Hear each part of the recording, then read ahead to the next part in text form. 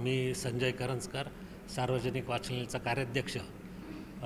सार्वजनिक वाचनालय हे नाशिकचं सांस्कृतिक केंद्र आहे। त्यामध्ये वस्तुसंग्रहालय, पोथी विभाग, संदर्भ विभाग हा अतिशय मोठ्या प्रमाणात कार्यरत आहे। देशभरातून पर्यटक इथे पुस्तकं बघायला, वस्तुसंग्रहालय बघायला येत असतात। आमची अशी मागणी आहे की सिंहस्थ कुंभाच्या आराखड्यामध्ये सार्वजनिक वाचनालयाचं हे घ्यावं आणि पर्यटनाला चालना मिळवण्यासाठी सार्वजनिक वाचनालयाला निधी उपलब्ध करून द्यावा। मी धीरेंद्र वाघ, संचालक ECAM electrical contractor association of Maharashtra Nashik region. आमची अशी मागणी आहे की सिंहस्थ काळात जे आता सिव्हिलचे कामं, स्थापत्य कामं केले जात आहेत, त्यात इलेक्ट्रिकलचे कामं हे सेपरेट वेगळे केले जावेत, जेणेकरून हे शासनाच्या पंजीबद्ध कॉन्ट्रॅक्टर लायसन्स असलेल्या कॉन्ट्रॅक्टरकडूनच हे काम होईल व त्याची गुणवत्ता राखली जाईल आणि सिंहस्थामध्ये कोणत्याही प्रकारचा अनुचित प्रकार त्यामुळे घडला जाणार नाही आणि योग्य ती खबरदारी घेतली जाईल। मी सलीम मामा शेख। खरं तर अगदी थोड्या दिवसावर सिंहस्थ कुंभमेळा येऊन ठेपलेला आहे। तसं जर बघितलं त्र्यंबकेश्वर आणि नाशिक या दोन्ही ठिकाणी आपल्या या पर्वाने शाही स्नान होत असतं। त्र्यंबकेश्वरचं जर म्हटलं तर त्र्यंबकेश्वरचे जे साधू आहेत ते शीघ्रगोपी साधू आहेत। त्यांनासुद्धा शासनानं आणि सरकारनं त्यांना विश्वासात घेऊन काम केलं पाहिजे। आणि नाशिकमध्ये ज्या दिवशी शाही मिरवणूक असते, शाही स्थान असतं। आपण जर बघितलं शाही मिरवणुकीमध्ये चेंगराचेंगरी होऊन अनेक निष्पाप लोकांचा त्या ठिकाणी मिरवणुकीमध्ये बळी गेलेला आहे। तर सर्व साधू संतांना विश्वासात घेऊन जर आपल्याला शाही मिरवणुकीचा जर मार्ग जर बदलला तर मला वाटतं येणाऱ्या जी दुर्घटना आहे ती दुर्घटना होणार नाही।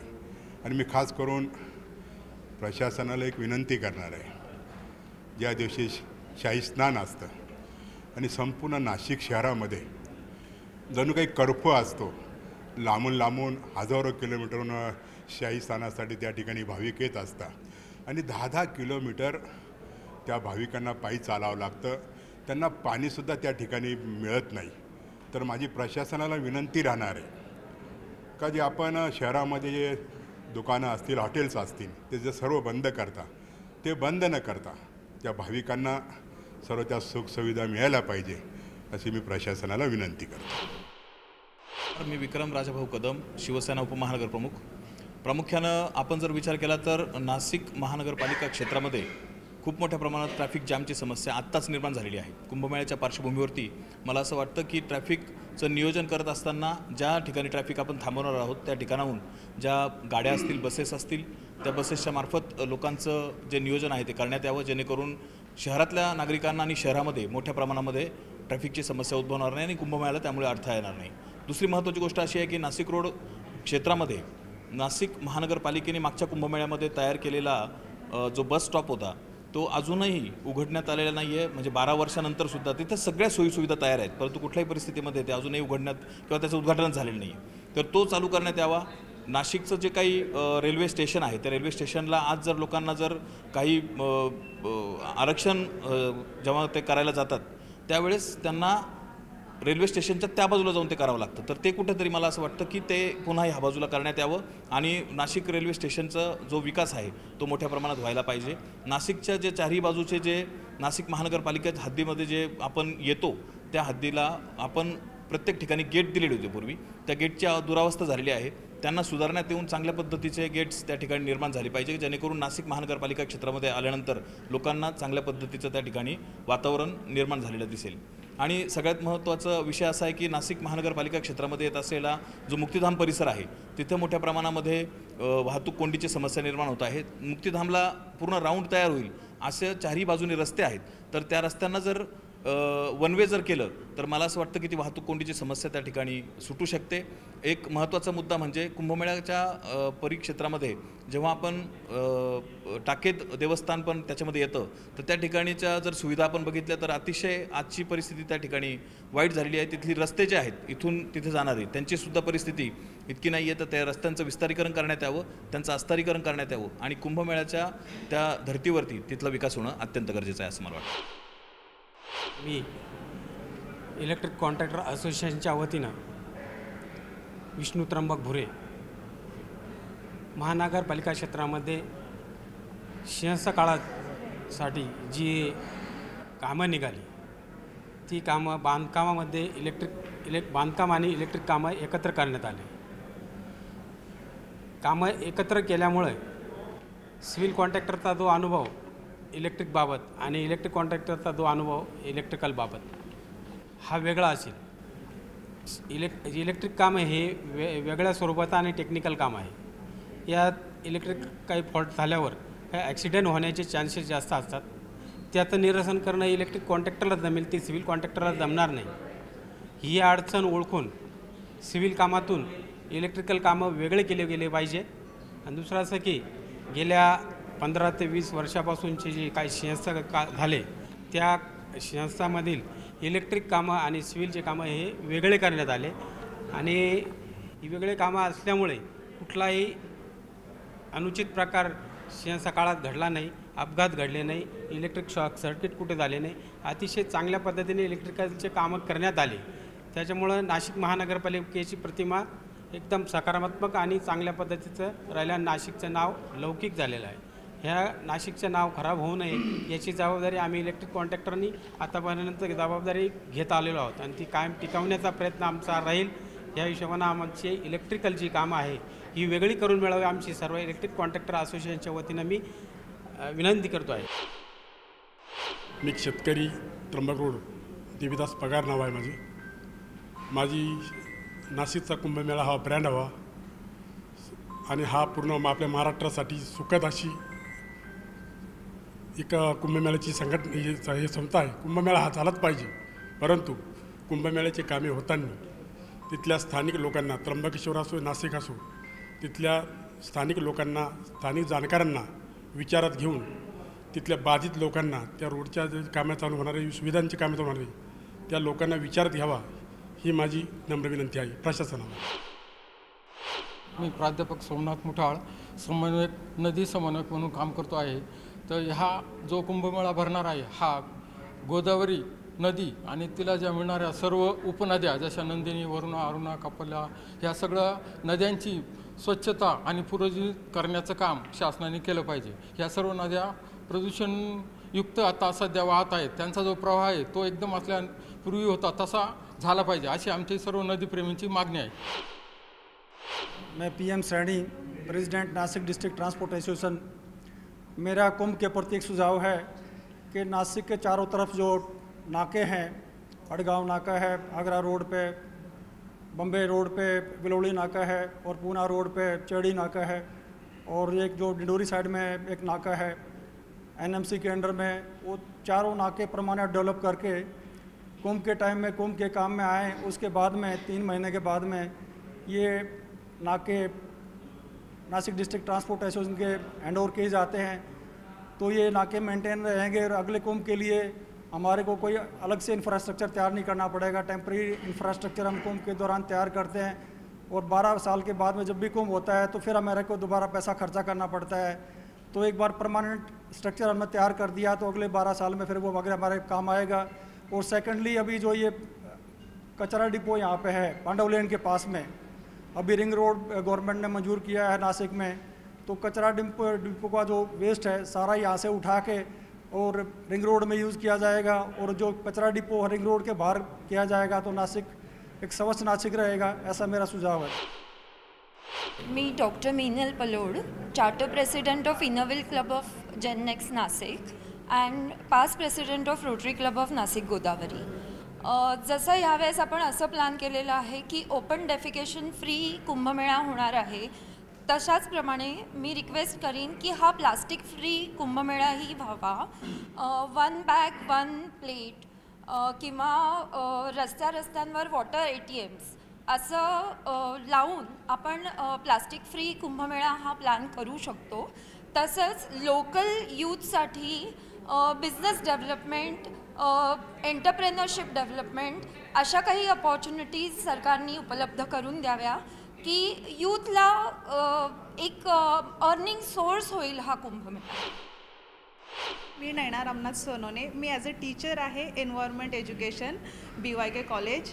तर आज या निमित्ताने मला एन्व्हायरमेंट टीचर म्हणून असं सांगायचं आहे की गेल्या अनेक वर्षापासून आपल्या नाशिक जिल्ह्यामध्ये कुंभमेळा हा होत असतो आणि या कुंभमेळा म्हणजे यात आपल्याकडे पर्वणी असतात. तर मला एकच सांगायचं आहे की ज्यावेळेस पर्वणी असते किंवा जे आपल्याकडे ज्याही वेळेस बाहेरून लोक येतात गंगेवरती, तर आधीच खूप मोठा ट्रॅफिकचा इश्यू हा नाशिकमध्ये झालेला आहे. पॉप्युलेशन खूप ही वाढलेली आहे. तर मला एकच सांगायचं आहे की सगळ्यात पहिले ट्रॅफिकवरती नियोजन करण्यात यावं. आणि दुसरं म्हणजे गोदावरी प्रदूषण. गोदावरीमध्ये कित्येक प्रकारचं प्रदूषण हे आजही आपल्याला बघायला मिळतं आहे.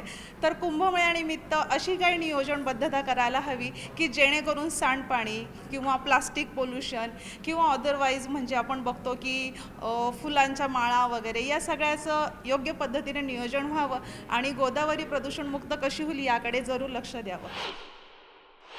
मी सीमा सोनार. मी एन्व्हायरमेंटचे जागृतीसाठी खूप प्रयत्न करत आहे नाशिकमध्ये.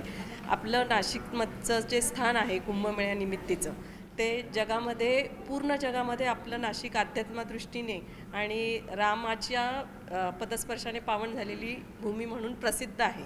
तर आपल्याला त्याला कुठेही डाग न लागू देता ते आपल्याला स्वच्छ ठेवायचं आहे. सगळ्यात महत्त्वाचा पॉईंट मला असं वाटतं की स्वच्छतागृहांची एकदम चांगली व्यवस्था ठेवली पाहिजे की ज्यायोगे स्थानिक नाशिककरांना त्याचा कुठलाही त्रास झाला नाही पाहिजे. आणि मगाशी मॅडमनी सांगितलं त्याप्रमाणे ट्रॅफिकचा इश्यू तर आहेच आहे आणि म्हणजे युवा पिढीसाठी खूप चांगलं उद्योगांना म्हणजे उद्योग त्यांचे भरले गेले पाहिजे असं मला मनापासून वाटतं. मी ॲडव्होकेट मिलन खोहर. आपल्याकडे दर 12 वर्षानंतर जेव्हा कुंभमेळा होतो, मागच्या वेळेला कुंभमेळ्यामध्ये काही अपघात घडले होते. यावेळेला 2-3 प्रश्न महत्त्वाचे आहेत. ट्रॅफिक आणि प्लास्टिक पोल्युशन कंट्रोल हे तर सांगितलंच आहे सगळ्यांनी, पण लोंढे जेव्हा येतात त्यावेळेला ते लोंढे कंट्रोल करायला जे तुमचे पीक पॉईंट असतील त्या ठिकाणी लोंढे कंट्रोल करायची व्यवस्था असायलाच पाहिजे. दुसरा मेजर प्रश्न आपल्या इकडे असतो आणि प्रयागराजला पण बघितला की जेव्हा लोक आंघोळ करतात तेव्हा कपडे बरेच लोक सोडून जातात आणि त्याच्यामुळे सगळी घाण इथून तिथपर्यंत होतं. तर ते त्याच्याकरता एक स्पेशल व्यवस्था कुठेतरी टाकायची म्हणा किंवा काहीतरी अशी असली पाहिजे. आणि तिसरी गोष्ट, आपल्याकडे आता कुंभमेळ्याची तारीख म्हणजे कमीत कमी ध्वजारोहणाची तारीख तरी जवळ येते. त्या हिशोबाने आत्ता जे कामं चालू आहे त्याची गती पाहिजे तेवढी म्हणजे पब्लिकला तरी दिसत नाही. ऑन पेपर चालू असेल पण असं काही दिसत नाही. तर त्या कामांची गती वाढवायला पाहिजे. मी शंकर धनावडे, उपाध्यक्ष नाशिक जिल्हा ट्रान्सपोर्ट असोसिएशन. नाशिक या पुण्यनगरीत दर 12 वर्षांनी होणारा कुंभमेळा सर्व महाराष्ट्रामध्ये अभिमानास्पद आहे. खरं तर हा कुंभमेळा होत असताना सर्वात महत्त्वाचं नियोजन वाहतुकीचं आणि येणाऱ्या भक्तांचं आहे. नाशिकमध्ये चारी बाजूने बंद पडलेले जकात नाके आहेत. नाशिक जिल्हा ट्रान्सपोर्ट असोसिएशनची प्रामुख्याने मागणी आहे की ते जकात नाके येणाऱ्या कुंभमेळ्यामध्ये पार्किंगसाठी खुले करण्यात यावे आणि नाशिकमध्ये येणारे जे भक्तजन असतील त्यांच्या ज्या गाड्या असतील त्या पूर्ण नाशिकमध्ये न जाता या जकात नाक्यावरतीच पार्क करण्यात याव्या. त्या ठिकाणाहून सिटी बस ते कुंभमेळा या ठिकाणापर्यंत त्याची व्यवस्था करण्यात यावी, जेणेकरून येणारे जे भक्तांचे लोंढे आहेत त्याच्यावरती चांगल्या प्रकारे नियोजन करता येईल आणि ते लोंढ्यांवरती नियंत्रण आणि कंट्रोल करता येईल. तसेच मागील कुंभमेळ्यामध्ये ज्या प्रकारे भाषा विकसित ॲप आपण विकसित केलं होतं ते या कुंभमेळ्यातसुद्धा विकसित करण्यात यावं, जेणेकरून परराज्यातून येणाऱ्या नागरिकांना या ठिकाणी भाषेचा कुठल्याही प्रकारे संकोच किंवा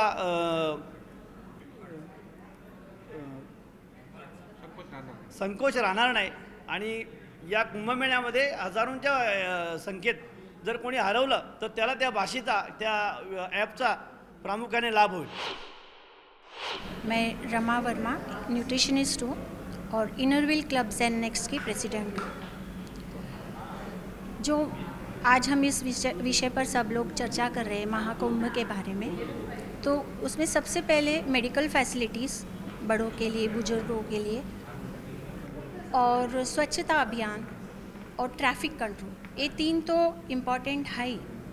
और ऐसे जो ये मैनेजमेंट को संभालने के लिए हम जो समाज जो सोशल वर्क करते हैं उनसे हम हेल्प ले सकते हैं, CSR फंड से उनसे मदद ले सकते हैं, बिजनेसमैन से ले सकते हैं और इस मैनेजमेंट को बहुत अच्छे से हैंडल कर सकते हैं। और मेरा एक सुझाव है कि एक एग्जीबिशन, एक बड़े प्रमाण में एक बड़ा एग्जीबिशन होना चाहिए जहाँ से जो भी गृह उद्योग लेडीज़ है अपने नासिक की और भी जो भी बिजनेसमैन है नासिक जिला के, वो सब लोग अपना स्टॉल वहाँ पे लगा सकते हैं। तो जो बाहर से आने वाले हैं उनको कहीं घूमना नहीं पड़ेगा, यहाँ की जो खासियत है, जो स्पेशलिटी है वो उनको वहाँ पर दिखाई देगी, तो हर लोग वहाँ पे खरीद सकते हैं। उससे हमारा नासिक की जो बिज़नेस डेवलपमेंट, इकोनॉमिक कंडीशन वो भी अच्छी हो जाती है और हमारी ज़्यादा जानकारी भी मिलती है। और जो स्टॉल्स और जो लगाएंगे उसका भी हमको एक बेनिफिट है कि उनके वजह से जो हमें पेमेंट्स और जो भी आएगा वो भी हम मैनेजमेंट के लिए यूज़ कर सकते हैं। तो हम सब मिल के यही सोच रखेंगे तो बहुत कुछ और बहुत अच्छा कर सकते हैं। मी ॲडव्होकेट मृणाल बुरकुले। येणारा कुंभमेळा हा पर्यावरणपूरक असावा असं माझी इच्छा आहे आणि त्या दृष्टीने रस्ता रुंदीकरण, गावातले जे रस्ते आहेत ते अतिशय कंजेस्टेड आहेत, तर ते रस्ता रुंदीकरण करण्याच्या दृष्टीने पार्किंग वगैरे बाकीचं तर बोलणं झालेलंच आहे। पार्किंग करावं, कचरा निर्मूलन करावं आणि बेपत्ता झालेल्या मुलांसाठी किंवा लोकांसाठी ती पण व्यवस्था चोख प्रमाणात पोलिसांनी करावी असं मला वाटतं आणि पर्यावरणपूरक असावा। मी ॲडव्होकेट श्वेता जोशी, नाशिक कोर्ट। येणारा कुंभमेळा हा आपल्यासाठी एक पर्वणी जरी असली तरी या काळामध्ये आपण आत्ता फेस केला आहे, कोरोनासारख्या मोठ्या परिस्थितीला आपण फेस केलेला आहे। कोरोनासारखी महामारी या कुंभमेळ्याच्या निमित्ताने आपल्यापर्यंत पोहोचू नये या दृष्टीने आपण मेडिकल सर्व्हिस प्रॉपर ठेवली पाहिजे। दुसरी गोष्ट आहे महिलांसाठी प्रोटेक्शन, ही एक प्रायोरिटी आहे की आपण महिलांना प्रोटेक्शन दिलं पाहिजे। जसं आधी आपल्याला सांगितलं गेलं की महिलांचं वस्त्रदालन सेपरेट असलं पाहिजे, कुठल्याही प्रकारे वस्त्र सोडून गेल्यानंतर होणारं पोल्युशन आपण थांबवलं पाहिजे। त्याचप्रमाणे महिलांना प्रोटेक्शन मिळालं पाहिजे, सगळ्यांनाच प्रोटेक्शन मिळालं पाहिजे, त्यामध्ये अबालवृद्ध आणि लहान मुलं यांचीसुद्धा चेंगराचेंगरी होणार नाही अशा दृष्टीने आपण प्रोटेक्शन घेतलं पाहिजे। मेडिकल सर्व्हिसेस, लाईटिंगची सर्व्हिसेस, रोडचं जे रुंदीकरण आहे, या सगळ्या गोष्टी बेसिकमध्ये येतात, त्या गोष्टींचा आपण पहिल्या प्रायोरिटीला ठेवला पाहिजे असं मला वाटतं। मी समाधान बोडके पाटील, त्र्यंबकेश्वर तालुक्यातील एक सामाजिक कार्यकर्ता म्हणून काम करतो। आम्ही आता बरेच मुद्दे या ठिकाणी वेगळ्या विषयावर झाले, परंतु खरं कुंभमेळा हा त्र्यंबकेश्वर नाशिक असा असायला हवा। आणि खरं त्र्यंबकेश्वर तालुक्यात मग आमचं चक्रतीर्थ असेल, टाकेद असेल किंवा कावनई तीर्थक्षेत्र असेल आणि त्र्यंबकेश्वर या ठिकाणी खऱ्या अर्थानं कुंभमेळ्याचं खरं महत्त्वाचं स्थान आहे। परंतु नाशिक एक जिल्ह्याचं आणि पंचवटी रामाचं स्थान असल्यामुळे या ठिकाणी त्याला जास्त महत्त्व दिलं जातं आहे। तर असं असलं तरी त्र्यंबकेश्वरमध्ये यायला किंवा टाकेत, कावनई तीर्थ, चक्रतीर्थ या ठिकाणी जायला आता एक नाशिक महानगरपालिकेने एक विषय घेतला, तो आपल्या सर्वांच्या लक्षात आला असेल का पिंपळगाव बाहुला ते त्र्यंबकेश्वरच्या पेगलोडीपर्यंत 50 मीटर हद्दवाढ करता येईल। 50 मीटरची हद्दवाढ करताना स्थानिक शेतकऱ्यांवरती, व्यावसायिकांवरती मोठ्या प्रमाणात त्याने अन्याय होणार आहे। आमची अशी मागणी आहे की तुम्ही ही हद्दवाढ करून एकाच रस्त्याला सगळ्या गाड्या सोडण्याऐवजी जे प्रमुख राज्यमार्ग असतील, राष्ट्रीय महामार्ग असतील किंवा जिल्हा मार्ग असतील, हे एकमेकाला अटॅच करा, जोडा। हे जर जोडले, उदाहरणार्थ तुम्ही नाशिकहून निघताना जर तुम्हाला तळेगाव, खंबाळा, अंजनेर या परिसरामध्ये ट्रॉफिक झाली असेल तर तुम्ही मैरवणीवरून गणेशगाव, राजेवाडी, पिंपरी, वेळुंजे ते जव्हार रस्त्याला जातो, हर्सूल रोडला जातो, तो रस्ता वाढवा, तो मोठा करा। त्याचप्रमाणे तुम्ही अनेक छोटे छोटे मार्ग आहेत, जर कधी जव्हार घाटामध्ये ट्रॉफिक झाली वरती गुजरातकडून येणाऱ्या लोकांना, तर मध्ये तोरंगण, बोंबिलटेक, मेटकावरा असा एक रस्ता निघतो, हे रस्ते मोठे करा, यांची कनेक्टिव्हिटी वाढवा, म्हणजे प्रमुख जिल्हा मार्गांची कनेक्टिव्हिटी वाढवली गेली पाहिजे। तुम्ही एकच राष्ट्रीय महामार्ग जर नुसता मोठा करून ट्रॉफिकचा प्रश्न सुटणार नाही।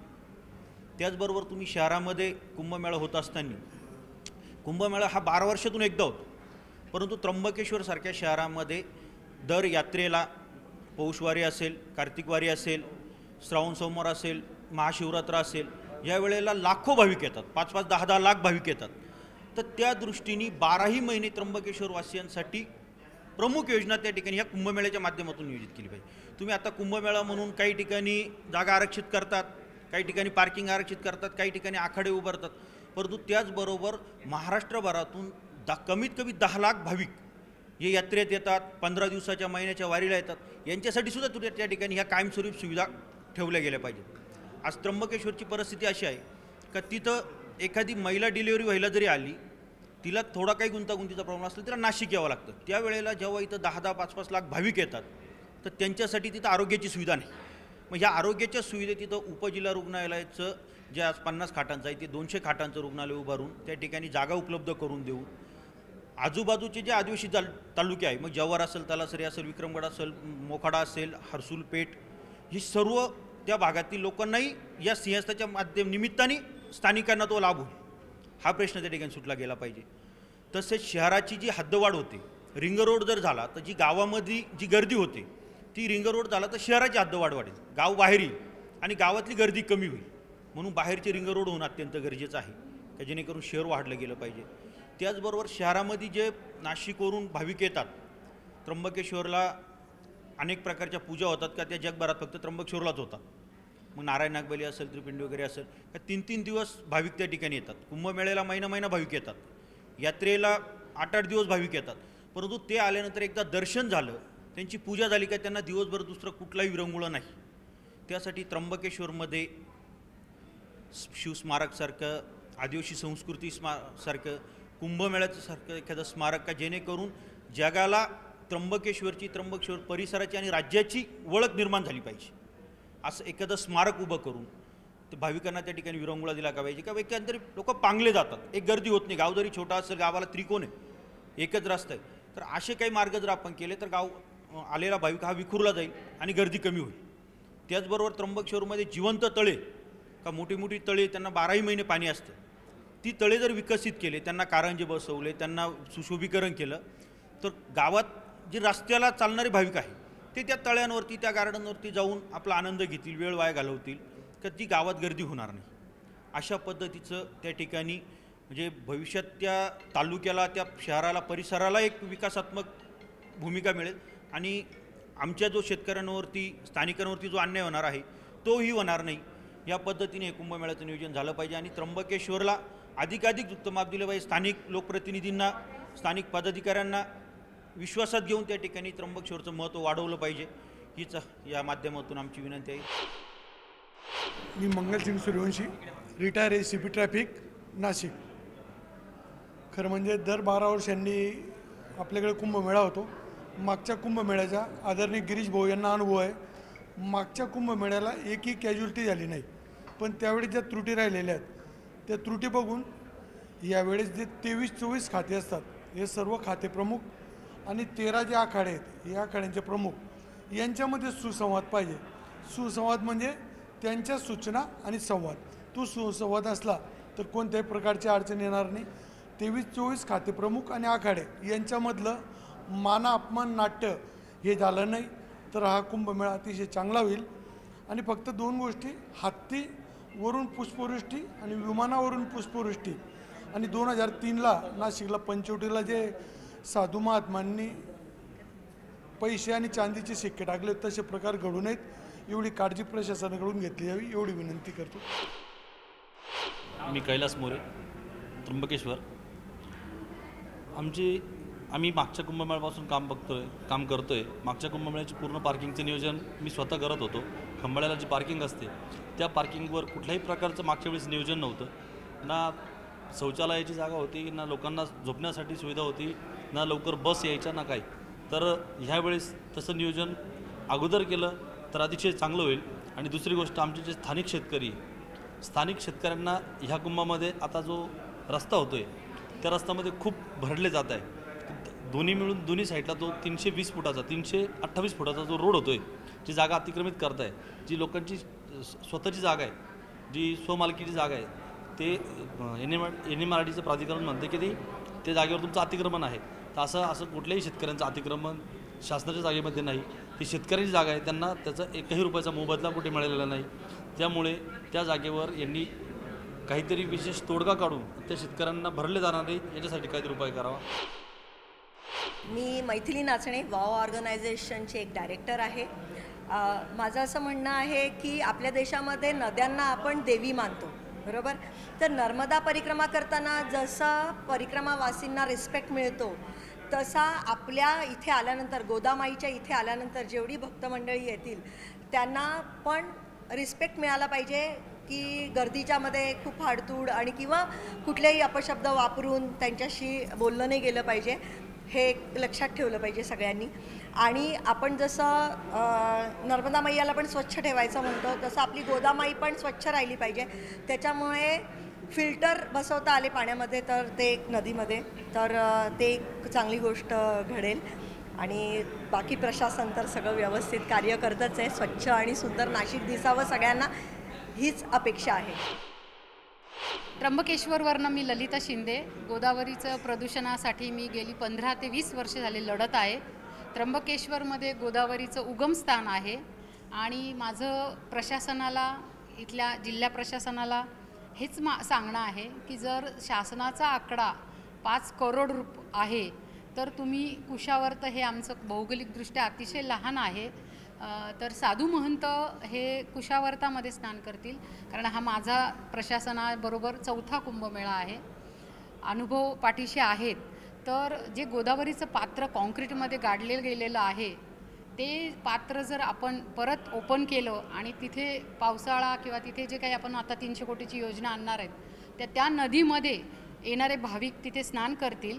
कृपया करून त्र्यंबकेश्वरचे जे कोणी लोक उलटसुलट काहीतरी सांगतात तर त्या गोष्टींकडे लक्ष न देता माननीय गिरीश महाजन जे कुंभमेळा मंत्री आहेत त्यांनी आता ठोस पावलं उचलून गोदावरीचं पात्र ओपन करून गोदावरीचं दर्शन पूर्ण जगातल्या लोकांना केलं पाहिजे अशी मी मागणी करते आहे. आमचे कोर्ट मॅटर चालूच आहे, पण आता मला असं वाटतं की 1000 कोटी रुपये जर देणार आहे तर हे गोदावरी आहे म्हणून त्र्यंबकेश्वरचा कुंभ आहे आणि त्र्यंबकेश्वरला 10 आखाडे स्नान करतात.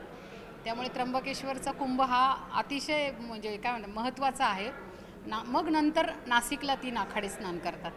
त्यामुळे गोदावरीचं पात्र हे ओपन करा आणि तिला पुन्हा तिचा मोकळा श्वास घेऊ द्या.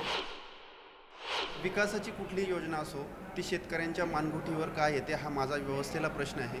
आत्ताच कुंभमेळ्यानिमित्त जो त्र्यंबक रोड तयार करतायत याला दुसरा पर्याय नाही का हाच माझा मूलभूत प्रश्न आहे. आणि त्याच्यामध्ये ज्या शेतकऱ्यांना विनाकारण वेठीस धरलं जातं आहे त्याच्यासाठी या व्यवस्थेने व्यवस्थित असं पाऊल उचललं पाहिजे एवढीच विनंती आहे. मी प्राध्यापक गिरीश वैद्य. कुंभमेळ्याबद्दल प्रशासनाला एवढंच मला सांगायचं आहे की बऱ्याचशा ज्या चिवळ गल्ल्या आहेत नाशिकमध्ये, ज्या नॅरो लेन्स म्हणतो आपण त्याला, मागची कोरोना सदृश परिस्थिती बघता परत आपल्या सरदार चौकामधली चेंगराचेंगरी ही आपल्याला लक्षात आहे मागच्या कुंभमेळ्यामधली. त्याचा आपल्यावरती प्रसंगाने आघात झालेला आहे, परंतु आपल्याला त्याच्यातून काहीतरी घ्यायचं आहे. तर आपल्याला आरोग्यसेवा कशी तत्पर करता येईल. आता नाशिकला बरेचसे खेडे अटॅच आहेत, भरपूर खेडे अटॅच आहेत. त्यांना बऱ्याच वेळा आरोग्यसेवेसाठी नाशिकमध्ये यावं लागतं. त्याकरता आपल्याला एक रस्ता त्याची योजना करता आली पाहिजे, तत्परतेने आपल्याला ती देता आली पाहिजे. बरेचसे हॉस्पिटलाइज होतात लोक खेड्यातले ज्यावेळेस शहरामध्ये येतात. सिंहस्थामुळे त्यांना कुठल्याही प्रकारचा त्रास न झाला पाहिजे. दुसरी गोष्ट आहे अन्न व औषध. अन्नावरती पर्यवेक्षण हे फार गरजेचं आहे. आज अन्न तिथे वाटलं जाणार आहे, कोणाकडून वाटलं जाणार आहे, त्याच्यावरती शासनाचं पर्यवेक्षण गरजेचं आहे की त्याच्यात काही भेसळ केली जाते आहे का, की ते कसं दिलं जातं आहे, कुठल्या क्वालिटीचं दिलं जातं आहे, ते आपल्याकडे बघितलं पाहिजे. कारण त्यामध्ये जर काही त्रुटी आढळली तर आपलीच ज्यावेळेस घाई गडबड होणार आहे, आपल्यावरच परत ताशेरे उठणार आहे. म्हणून आपली सगळ्यांचीच जबाबदारी आहे की अन्न कुठलं दिलं जातं आहे त्या ठिकाणी. त्यानंतर औषधाची तिथं योजना कशी आहे. आता आपल्याला मागची परिस्थिती बघता आपल्याला तत्परतेने सेवा देणं, ज्येष्ठ नागरिक असणारे त्याच्यामध्ये महिला असणारे, बरेचसे लोक त्यामध्ये असणारे, आणि त्यांना आपल्याला तत्परतेने सेवा देता आली पाहिजे. आपल्याला त्या ठिकाणी त्या सेवेचं पुरेपूर त्यांना लाभ देता आला पाहिजे. ती गोष्ट गरजेची आहे.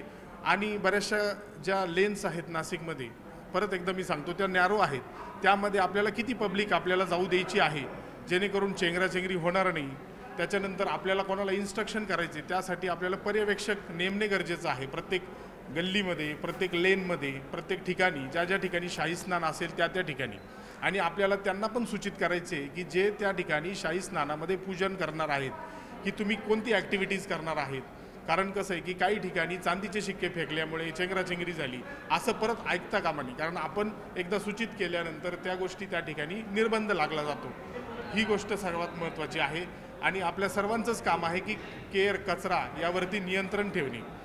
म्हणजे टाकाऊपासून टिकाऊ, आपण निर्माल्यापासून इंधन निर्मिती हा तर प्रोजेक्ट चालूच आहे, पण तो अतिशय कार्यान्वित व्हावा याकरता शासनाने भर दिला पाहिजे. निर्माल्यापासून आपण एक वेगळा प्रोजेक्ट तयार करण्यासाठी एक वेगळी समिती तयार केली पाहिजे.